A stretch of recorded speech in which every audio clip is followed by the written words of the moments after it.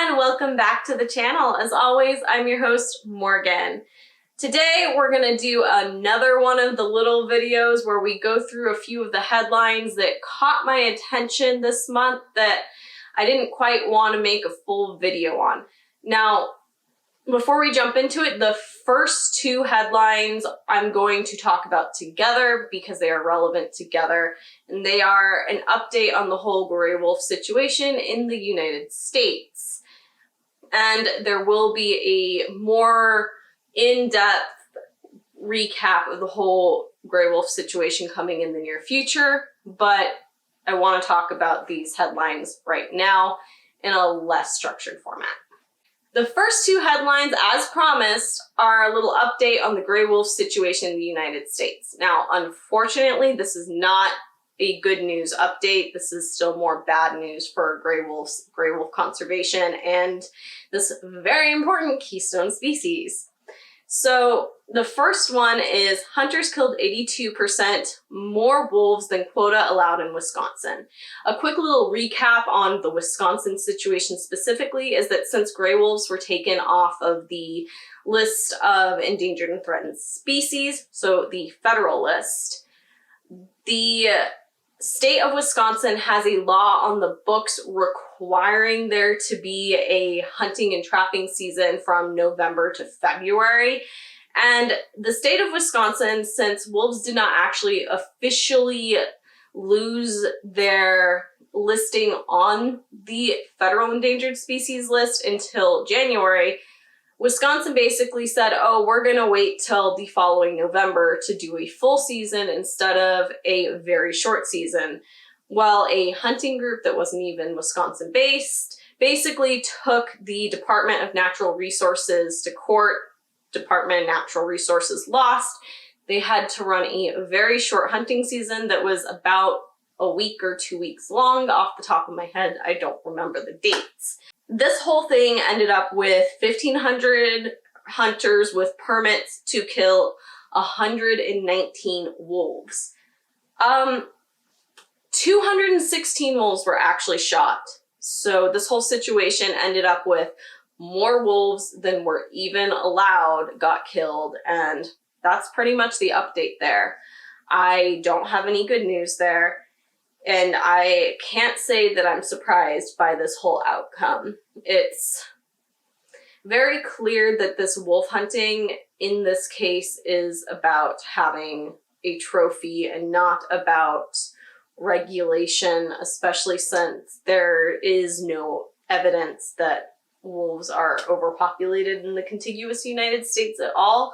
On the contrary, the small populations we do have are not even necessarily considered sustainable.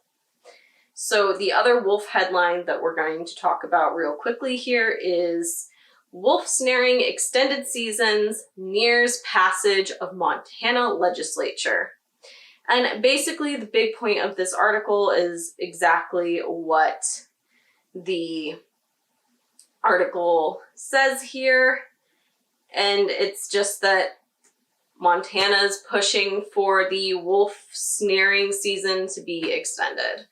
And that is another unfortunate thing for gray wolves because this is just giving in to trophy hunting, especially since, again, there's no evidence that any of these populations are overpopulated. Gray wolves are an important keystone species that helps keep these ecosystems under check. And one of the largest, most widely publicized evidences of this is the whole Yellowstone situation when gray wolves were reintroduced into Yellowstone and all their ecosystems became back into balance. So unfortunately, I don't have good news for the gray wolf situation right now in these headlines, and I'm unsurprised about what happened in Wisconsin in just a matter of days. More like 100 more wolves than was even supposed to be allowed ended up on the wrong side of a hunter's rifle. But not surprised, but still disappointed. So let's move on. The next headline I would like to touch on today is from NPR, and The article is titled, "Biden Moves to Make It Illegal Again to Accidentally Kill Migratory Birds."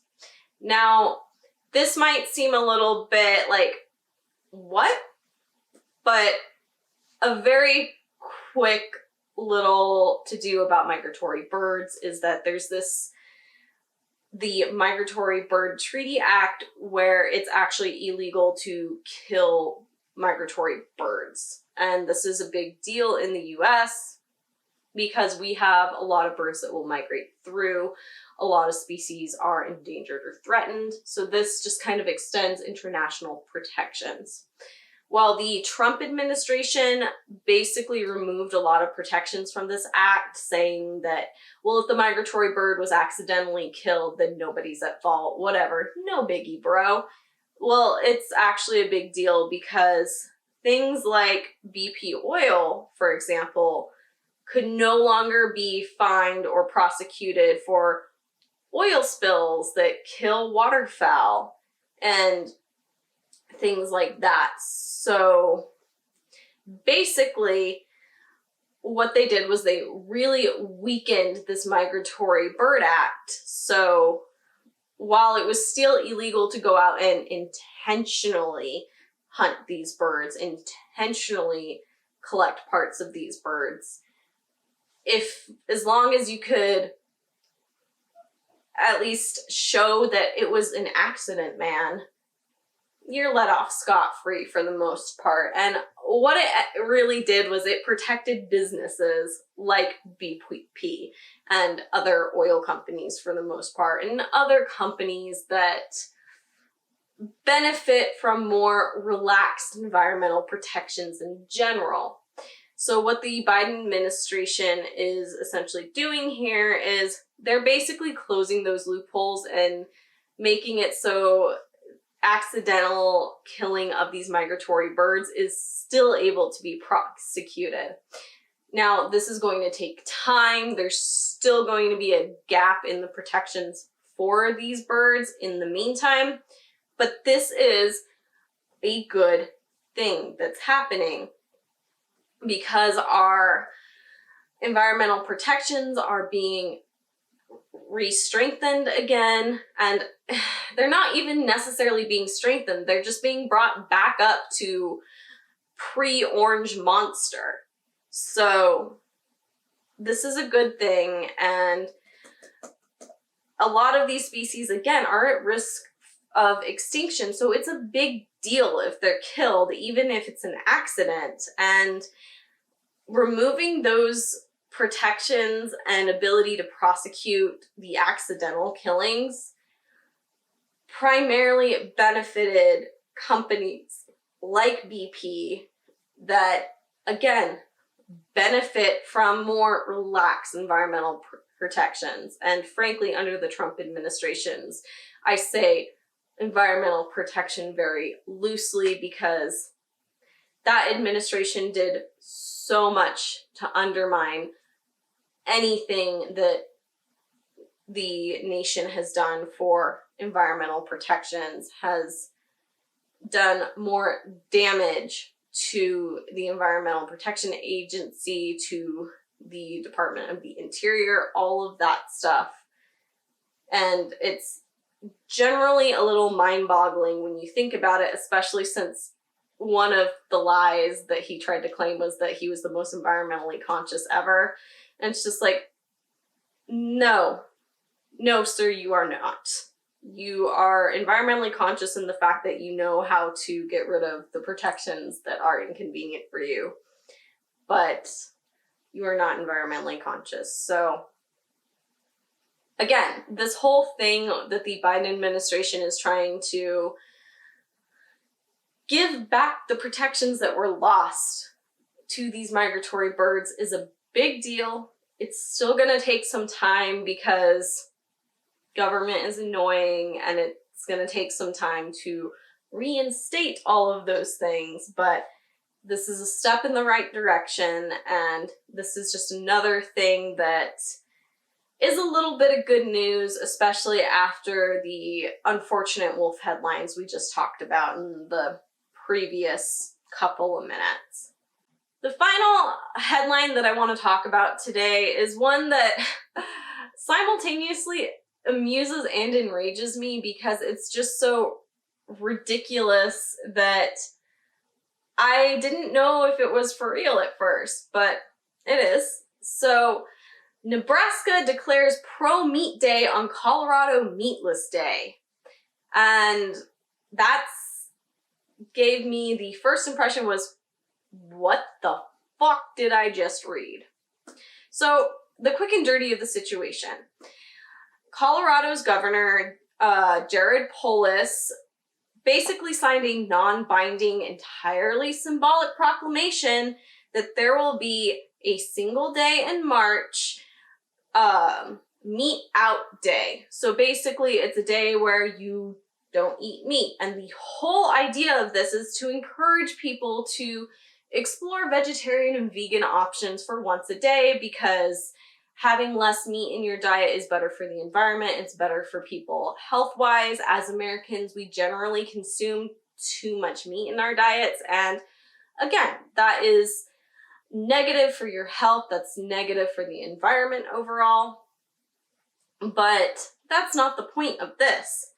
The governor of Nebraska, Pete Ricketts, was very offended that their neighbor state had a non-binding, symbolic proclamation encouraging people to just cut meat out for one day a week, or really one day a month in this case. Or if you break it down even more, since it's a specific date, I think March 20th was the date, if I'm not mistaken.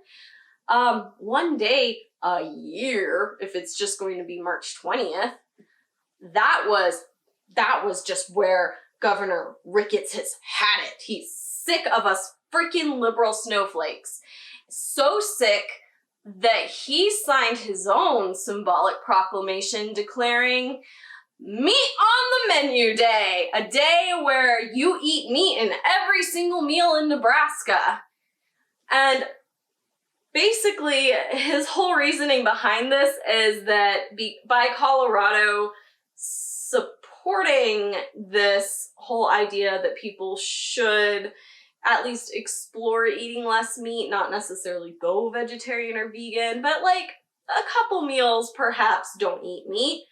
This is an attack on Nebraska's beef industry and the American way of life.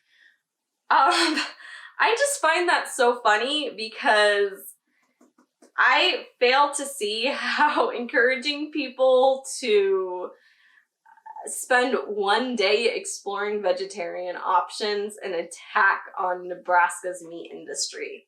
Now, yeah, the whole symbolic proclamation signed by Governor Polis in Colorado is backed by an animal rights group that I think is fairly similar propaganda-wise to PETA, though I'm not as familiar with them, but I do plan to look more into them and probably do a more in-depth deep dive into them. I've kind of stayed away from the PETA stuff, but anyone who's watched my videos knows we are not fans of PETA here, and I think that they are an absolutely awful organization. And unfortunately, a lot of animal rights organizations like that are, but I digress. So it's like, this whole situation is just funny to me because this Republican governor from Nebraska, who is from the party that calls those of us who are on the left. Now, Colorado's governor is a Democrat, so this really looks like it's just, oh, Democrat and more liberal state did something that upsets me and supports vegetables? That is unacceptable, but what about the meat? So I have to declare meat on the menu day on the same day that they're saying to not eat meat because own the libs is generally the feel that I get from this. And it's funny because that's the side that calls people like me a latte drinking triggered snowflake, but I don't know, man. Governor Ricketts, you seem a wee bit triggered perhaps you should go grab a latte and calm yourself down, you special snowflake. But that's all I really have for you guys today. I know this has been a bit of a shorter one, and if you do go look at all the articles I have linked down in the description, you'll notice that they're from primarily the beginning and middle of March, and I didn't really pull anything from the end of March, and the simple reason for that is that at the end of March, I had my finals week and I had term papers and presentations due, so that's kind of where my energy went instead of anywhere else, because I am about to finish up my bachelor's degree. I'm in my last couple of quarters. Actually, the day this is being filmed, I started my final quarter, hopefully, of school, assuming nothing catastrophic goes wrong, but I don't see why it would be. My classes are essentially electives at this point, so hopefully we'll get back to our more regularly scheduled programming here in a few days, but I hope you have a wonderful rest of your day, afternoon, evening, what have you. What do you think about the headlines that I mentioned today? Please leave those thoughts down in the comment section below. I'm actually especially interested to hear what you think about poor little snowflake Governor Ricketts and how triggered he is. I'm genuinely worried about him. I don't know if he's used to being a snowflake, and that's pretty traumatizing when you're first in that boat. So perhaps we should send him some happy thoughts out into the ether, but make sure you don't make them about vegetables. He seems afraid and offended by vegetables. So I digress here. I'm rambling. I'll see you all in the next one.